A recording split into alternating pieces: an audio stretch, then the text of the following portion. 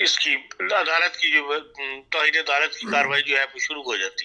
لیکن بہرحال اس سے بچ گیا. اس سے پہلے ہی بقول بی بی سی کے جو واقعہ پیش آ گیا اس میں کتنی سزا کرے ہم تو نہیں جانتے, لیکن یہ ہے کہ بہرحال اس سے کچھ نہ کچھ ایسی موومنٹ بن گئی کہ تحریک انصاف کے اسپیکر نے بھی, ڈپٹی اسپیکر نے بھی استعفیٰ دے کے ایک طرف کا سلنڈر کر دیا. اور پھر یہ ہے کہ بھائی تیسرا پینل میں نون لیگ کا آدمی تھا, آیا اسپیکر آیا صادق صاحب جو پہلے بھی اسپیکر رہے ہیں, انہوں نے پھر کاروائی جو ہے نپٹائی. بہرحال جو ہوا وہ جس طریق پر ہوا ہونا وہ بہرحال تھا. عدم اعتماد تحریک پہ ووٹنگ بہرحال ہونی ہوتی ہے, لیکن جس طریق پر ہوا اس سے ملک بھی بدنام ہوا اور ہماری سیاست بھی بدنام ہوئی. اچھا, ابھی آپ نے جو ذکر کیا بی بی سی کی رپورٹ کا, تو ہمارے ترجمان کو بار بار آ کے اس کی تردید کیوں کرنی پڑ رہی ہے؟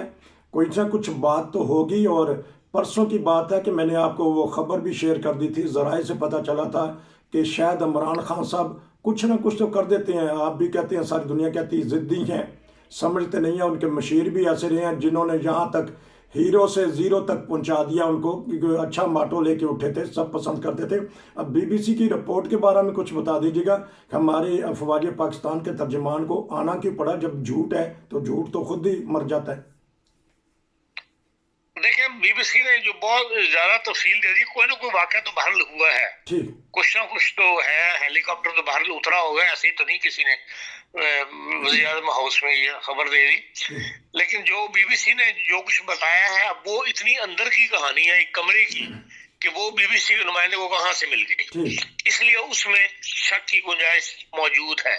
کہتے یہ ہیں کہ تحریک انصاف کی حکومت نے عمران خان صاحب نے کوئی آرڈر جاری کر دیا تھا کہ بھئی سپہ سالار اعلیٰ جو ہے پاکستان کا وہ بدل دیا جائے, اور کسی نئے بندے کو اپوائنٹ کر دیا تھا. اور آپ کو پتہ ہے کہ یہ ہماری جو افواج ہیں یہ بڑی الرٹ ہوتی ہیں ہر وقت, اور خصوصاً ایسے حالات میں جبکہ معاملات بگڑ رہے ہوں سیاسی طور پر بھی, تو یہ بہت زیادہ الرٹ ہوتے ہیں. اسی لیے نہ مشرف کو ہٹانا جو ہے اس وقت بھی کامیابی حاصل ہوئی سیاسی حکومت کو, اور نہ انہیں کامیابی حاصل ہوئی اگر انہوں نے ایسا قدم اٹھایا تھا. کیونکہ ہائی کورٹ کے اندر ایک شہری نے ریٹ دائر کر دی تھی کہ بھئی یہ افواج پاکستان کو تقسیم کرنے کا اقدام اٹھا رہے ہیں, ایک نیا بندہ جو اپوائنٹ کر رہے ہیں, اور جو ایکسٹینشن تھی آرڈر تھا باجوہ صاحب کا وہ واپس لے لیا گیا ہے. اور اسی وجہ سے پھر اسلام آباد ہائی کورٹ نے, کیونکہ ایک ایسا اہم معاملہ پیدا ہو رہا تھا کہ واقعی اگر فوج تقسیم ہو جاتی تو ملک کا انارکی والی بات تھی, فوج کا تو تقسیم ہونا یہ آپس میں اس قسم کی منفی فوج پیدا ہونا بھی غلط بات تھی. اس لیے اسلام آباد ہائی کورٹ بھی رات کھل گیا تھا. تو بہرحال اس بندے نے اگر یہ اپیل ریٹ داخل کی ہے تو کوئی نہ کوئی بات تو تھی, اور اس بات کی تصدیق جو ہے وہ بی بی سی والا یہ کہہ کے کرتا ہے کہ بھئی جو ہی وہ انہوں نے ایسا بیان دیا ہے, ابھی وہ وزارت دفاع نے کیونکہ وہ نوٹیفیکیشن جاری کرنا تھا, وہ نوٹیفیکیشن ابھی جاری نہیں ہو سکا تھا کہ ایک ہیلی کاپٹر جو ہے وہ ایوان اسلام وہاں لینڈ کیا ہے وزیر اعظم ہاؤس میں, اور وزیر اعظم صاحب اس خوش فہمی میں تھے کہ میں نے جو نئی اپوائنٹمنٹ کی ہے یہ شاید وہ صاحب تشریف لائے ہیں اس ہیلی کاپٹر کے اندر. لیکن اس ہیلی کاپٹر میں D G S I S I G I اور جو آئی ایس آئی اور جو کہا جاتا ہے کہ سپہ سالار اعلیٰ ہیں باجوہ صاحب وہ تھے, اور کچھ فوج کے اور دوسرے سپاہی تھے یا ان کے ساتھی تھے. اب لیکن بہرحال اسی وقت ویڈیو ایک ہی وقت میں جاری ہوئی ہے جس میں اسلام آباد کی فوجوں پہ فوجی ٹرک دکھائے گئے ہیں وزیر اعظم ہاؤس جاتے ہوئے. تو لازمی اس کا مطلب ہے کہ وہ جب ہیلی کاپٹر گیا ہے اس وقت انہوں نے کچھ نہ کچھ اپنی قوم بھی ساتھ لے کر گئے ہیں کہ وہاں اگر کوئی واقعہ پیش آ جائے تو کچھ. اب جو بی بی سی وہ نمائندہ بتاتا ہے کہ وہ 3 گھنٹے کی ملاقات ہوئی, اور اس کے اندر جو ہے وہ فہد جو ہے چودھری فہد حسین صاحب ان کو تھپڑ پڑا, یا جو پرویز خٹک صاحب ہیں وزیر دفاع ان کے اوپر جو ہے ان کو چھڑی کی نوک ان کو ٹچ کی گئی. اس قسم کی کہانی جو ہے اب اس میں کیا حقیقت ہے یا نہیں ہے واللہ عالم. اور میں یہی سمجھتا ہوں کہ جو آئی ایس پی آر جو بار بار تردید کر رہا ہے وہ انہی امور کی کر رہا ہے کہ بھئی یہ امور جو ہے وہ وہاں نہیں پیش آئے. آئی ایس پی آر نے کہیں یہ تردید نہیں کی کہ ہاں رات کو ہم ہیلی کاپٹر نہیں گیا وہاں پہ, یا فوج کا اور سول حکومت کا آپس میں رابطہ نہیں ہوا, ایسی کوئی تردید انہوں نے نہیں کی ہے. بہرحال وہاں پر یہ اس پریشر میں آنے کے بعد پھر جو ہے وہ ڈپٹی اسپیکر نے استعفیٰ دیا ہے, اور پھر بات جو ہے وہ آگے بڑھی ہے, اور وہ جو توہین عدالت والا معاملہ تھا وہاں تک بات نہیں گئی, بلکہ اس طرح پھر اس کا یہ حل نکالا گیا, اور اب اس میں کیا صداقت ہے اللہ عالم, لیکن بہرحال کچھ نہ کچھ جو ہے وہ ہوا ہے, اور گاڑی جو ہے وہ دوبارہ اپنی پٹری پہ چڑھ گئی ہے. تو جس طرح یہ ہم وزیر اعظم صاحب عمران خان صاحب خوشی میں تھے, شاید مجھے سلامی دینے آئے ہیں یا مجھ سے ملاقات کرنے آئے ہیں, تو 333 کہتے ہیں, 333 بریگیڈ کہتے ہیں, جب کہتے ہیں کہ جب فوج آ جاتی ہے تو پھر معاملے کچھ نہ کچھ ادھر یا ادھر ہو جاتے ہیں. ایک اور بات بتا دیجیے گا کہ سو موٹو کس طرح دیکھ رہے ہیں عدالت کا 3 اپریل سے لے کے کل تک جو گزرا ہے؟ سو موٹو کا فیصلہ آ گیا, اسی کے تحت وہ اجلاس ہوا ہے اسمبلی کا, اور آج کاغذات نامزدگی پیش ہونے ہیں. کہا یہ جا رہا ہے کہ صرف شہباز شریف صاحب کا انعام ہے, کوئی اور دوسرا نام تو ابھی تک نہیں کسی نامینیٹ کیا. تو شام 4:30-5 بجے تک پاکستانی وقت کے مطابق نیا وزیر اعظم بن جائے گا. اچھا, ایک اور بتا دیجیے گا کہ سارے آئین کی کہتے ہیں کہ ہم دفاع کرتے ہیں, تو لیکن ہمارے ایک دفعہ سپہ سالار نے باجوہ صاحب نے کہا تھا کہ ہمیں باہر سے نہیں اندر سے خطرہ ہے, تو ہم نے تو خود ہی کل اپنا مظاہرہ دکھا دیا, لائیو ٹی وی نے دکھا دیا کہ کس بہانے سے ہم اپنے آپ کو خطرناک کھیل پہ شامل کر لیتے ہیں. ایک یہ بات, عمران خان نے کہا تھا کہ میں آخری بال تک لڑوں گا, لیکن لگتا ہے کہ جاتی دفعہ وہ بال ساتھ ہی لے گئے, کروا نہیں سکے. کس طرح دیکھتے ہیں ان کا اس طرح وزارت عظمیٰ؟ عمران خان صاحب معاملات کو اپنے انداز سے دیکھ رہے تھے, ان کا اپنا ایک سٹائل ہے, اور وہ ایک ایسا ذہن رکھتے ہیں, وہ کہتے ہیں جی میں تو آخر دم تک لڑنے والا آدمی ہوں, اپنی شکست کو تسلیم نہیں کرنا. اور یہاں بھی انہوں نے جو سیاسی شکست ان کو ہو گئی تھی اس کو آخری دم تک تسلیم نہیں کیا. لیکن یہ بہرحال سیاست ہے, اور اس میں نیشنل اسمبلی انوالو ہے جس کے 237 ارکان موجود ہیں, تو یہاں تو بہرحال ان کو شکست ہو گئی تھی. اب وہ شکست جو ہے ضد میں بدلی ہوئی تھی, اس لیے یہ سارے معاملات بھی بگاڑ پیدا کیا انہوں نے. اور اب وہ ٹکٹیں کیا, جب بات ختم ہو گئی ان کی اور ان کا جو پلان تھا وہ کامیاب نہیں ہو سکے, وہ یہ چاہتے تھے کہ آخر دم تک کوئی نہ کوئی نئے جگاڑ میں پیدا کر کے تو اپوزیشن کو وزیر اعظم بننے سے روک لو, لیکن وہ بہرحال اس میں کامیاب نہیں ہو سکے. اور اس میں ان کا نہ عدلیہ نے ساتھ دیا, نہ افواج پاکستان نے ساتھ دیا, سب نے جو ہے وہ آئین کا ساتھ دیا. نہ قومی اسمبلی نے ساتھ دیا, نہ عدلیہ نے ساتھ دیا, نہ آئین نے ساتھ دیا, نہ افواج پاکستان نے ساتھ دیا. 75 سال کی تاریخ خان صاحب ہے کہ پہلے وزیر اعظم ہے جن کو تحریک عدم اعتماد کے ذریعے ہٹایا گیا ہے. گو کہ ہماری پاکستان کی سیاسی تاریخ ایسی ہے کہ جس میں وزیر اعظم اپنی مدت پوری نہیں کرتا, حکومت تو کر لیتی ہے, کی دیکھی بھی ہم نے. تو 3-3.5 سال میں ہمارے سیاسی حکمران کیا ایسی غلطیاں کر جاتے ہیں, 1-2 ناظرین کو بتا دیجیے گا. اور ساتھ ان کے مشیروں کے بارے میں بتائیے گا کہ آپ نے تو کل پرسوں ایک مشیر کا نام لے کے تو اس کو بتا بھی دیا تھا کہ وہ اس طرح کا ہے. تو شیخ رشید صاحب کا بھی کچھ حصہ ہے, مشیران کا بھی کچھ حصہ ہے ان کو ہیرو سے زیرو بنانے میں. دیکھیں, اصل چیز ہوتی لیڈرشپ. لیڈرشپ نے قوم کو لے کے چلنا ہوتا ہے, اپنے ساتھیوں کو ساتھ لے کے چلنا ہوتا ہے. اور اس لیڈرشپ کو اگر وہی اپنے مشیران کو جو ہے وہ ایسا چناؤ کرے جو اچھی سیاسی سوچ رکھنے والے ہوں, مثبت سوچ رکھنے والے ہوں, صاحب دماغ ہوں, ذہی شعور ہوں, تب تو بات آگے کی طرف چلتی ہے. لیکن اگر صرف ذاتی چناؤ کا جو انحصار ہے وہ صرف ذاتی وفاداری کے اوپر ہو, ملک کی وفاداری کی بجائے ذات کی وفاداری پر ہو, تو پھر ان کا نتیجہ جو ہے وہ یہی نکلا کرتا ہے. بار بار کالم نویس اس بات کو لکھتے ہیں ہمارے سینئر کہ بھئی جو ذاتی چناؤ ہوتا ہے, جو ذاتی لوگوں کو چنا جاتا ہے, وہاں پر ہمیشہ وہ اپنے باس کی خواہشات کو مقدم جانتے ہیں. وہ اس کو ایسے مشورے دیتے ہیں جن سے وہ باس ان کا خوش ہو, اور ملک کا مفاد ان کے پیش نظر نہیں ہوتا. آپ یہ دیکھ لیں کہ یہاں پہ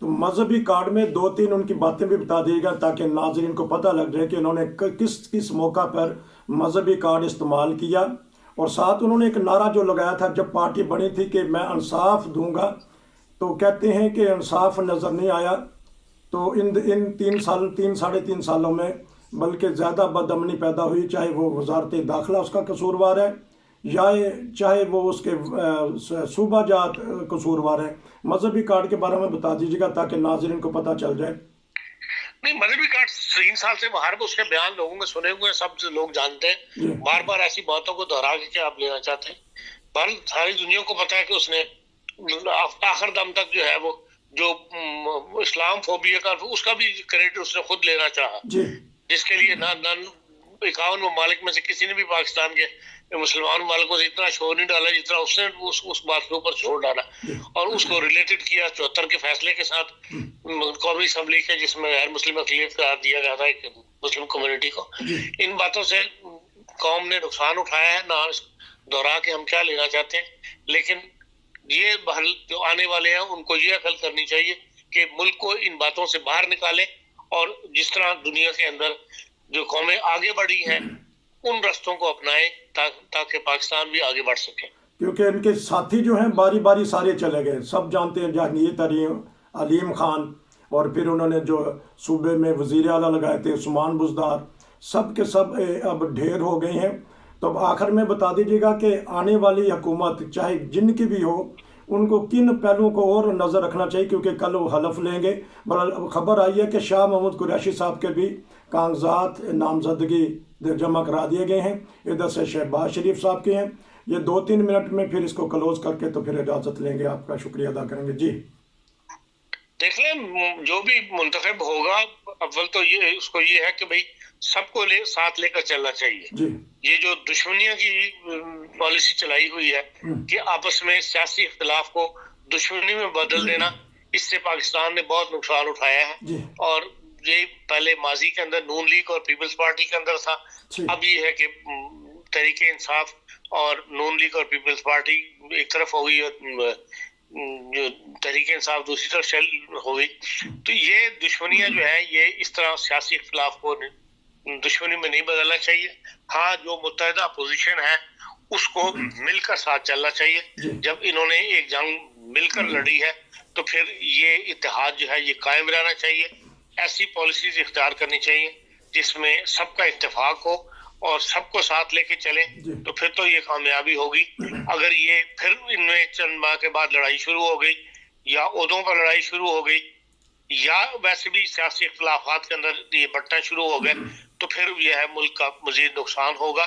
اور پاکستان ایسے دورائے پہ کھڑا ہوا ہے جہاں پر مزید نقصان جو ہے وہ برداشت نہیں کر سکتا. اور دوسرا جو سب سے بڑا خطرہ سامنے نظر آ رہا ہے وہ پنجاب کی حکومت ہے کہ پنجاب کے اندر یہ شہباز شریف صاحب کے بھائی بیٹے کو لا رہے ہیں، حمزہ شریف کو، جس کا نہ کوئی سیاسی تجربہ ہے اور جو پچھلے چند سالوں میں اس کا طرز عمل دیکھنے میں آیا وہ دھونس اور دھاندلی کا طرز عمل ہے.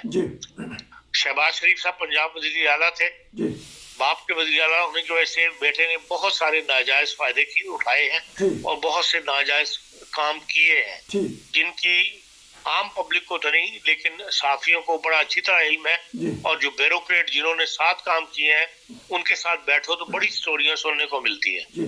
اور ایک ایسے بندے کا وزیر اعلیٰ منتخب ہو جانا وہ پنجاب کے لیے نیک شگون نہیں ہے. دوسرا یہ ہے کہ یہ طبیعت کے لحاظ سے خود تو مذہبی ایسا نہیں ہے شہباز شریف، لیکن یہ علماء کو استعمال کرتا ہے. یہ علماء کے کندھوں کے اوپر جو ہے ایک تو یہ کہ بہت زیادہ مولویوں کے ساتھ اٹھتا بیٹھتا ہے، ملنا جلنا اس کا بہت ہے. جو بھی پنجاب میں پیچھے ایسے اقدام اٹھائے گئے تھے قرآن بورڈ وغیرہ والے، ان کے اندر بہت سارے لوگوں نے بھی بتایا کہ اس کی انوالومنٹ شامل تھی. اسی کے پاس یہ آج جو طاہر شفیع صاحب مشیر بنے ہوئے تھے انہوں نے پنجاب کے اندر بہت زیادہ فائدے اٹھائے ہیں حمزہ شہباز سے، اور بہت سارے غلط مشورے بھی ان کو دیے جن کے اوپر عمل کیا گیا. اب بھی معاویہ جو ہے جو رائے حق پارٹی والا ہے وہ حمزہ شہباز کے کافی قریب ہے. نہ وہ عالم ہے نہ وہ اتنے زیادہ عام پبلک کے اندر ایز اے عالم اس کو مانا جاتا ہے، لیکن وہ ایک جسے کہتے ہیں ایک شرارتی انسان ہے، صاف لفظ میں مگر میں کہوں تو، لیکن یہ ہے کہ اس کو وہ بھی ان کے بہت زیادہ قریب ہے.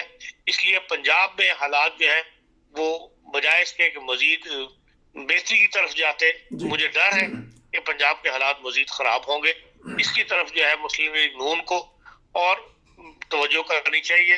جہاں پر پیپلز پارٹی بڑی کمزور ہے، ان کے پاس صرف 5-7 سیٹیں ہیں، پنجاب کے اندر شاید 5 سیٹیں ہیں، تو بہرحال یہ ایک خطرہ جو ہے یہ محسوس کیا جا رہا ہے کہ پنجاب کے اندر جو ہے جو کام پرویز الہی صاحب کر رہے تھے وہ جو ہے وہ حمزہ شہباز جو ہے وہ جاری رکھے گا، جس سے مزید پنجاب میں لوگوں کی زندگی جو ہے یہ محروم طبقات کی زندگی جو ہے اس میں مزید مطلب تنگ ہونے کا خطرہ ہے. بہرحال اس طرف توجہ کرنی چاہیے. جب یہ اتحاد کی حکومت ہے، ایک اپوزیشن کا اتحاد ہے، وہ یہاں بھی قائم لانا چاہیے اور اتحادیوں کو مل کر یہاں پر جو ہے ایسی پالیسی اختیار کرنی چاہیے جو یک طرفہ نہ ہو.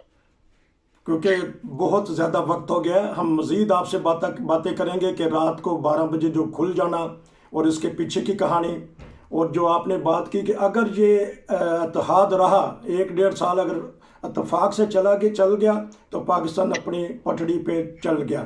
اور اسی طرح آپ نے کہا کہ پنجاب میں مذہبی منافرت بڑھنے کا خطرہ ہے، اس پہ بھی بات ہوگی. بہت ساری بات ہیں اسٹیبلشمنٹ کے بارے میں کہ انہوں نے اس دفعہ بالکل خاموشی کیوں دکھائی. بہت سارے لوگ وزراء کہہ رہے تھے کہ کسی نہ کسی طریقے سے ڈنڈے والے آ جائیں. عمران خان صاحب کیا چاہتے تھے؟ آپ نے اچھی طرح آگاہی دے دی عمران خان صاحب کے بارے میں اور آنے والے جو وزیر اعظم ہیں ان کے بارے میں کہ اگر ریاست پاکستان کو مستحکم کرنا ہے توکل تو کریں. جس طرح آپ نے بات کی ہے کہ نہ صرف دعا سے نہیں، توکل وہی ہے جو حضور صلی اللہ علیہ وسلم نے بتایا کہ پہلے اونٹ کا گھٹنا باندھیں پھر توکل کریں. اللہ کرے ہماری ریاست پاکستان ہمیشہ قائم رہے مضبوط باتوں پہ، ہمارے حکمران بھی اور ہمارے عوام بھی اس طرف توجہ دیں. خان صاحب آپ کا بہت شکریہ کہ رمضان کے دنوں میں آپ نے ایک اچھا تبصرہ دیا. ہم انشاءاللہ آپ سے مزید بات کریں گے. نصیر کو اجازت دیجیے. السلام علیکم.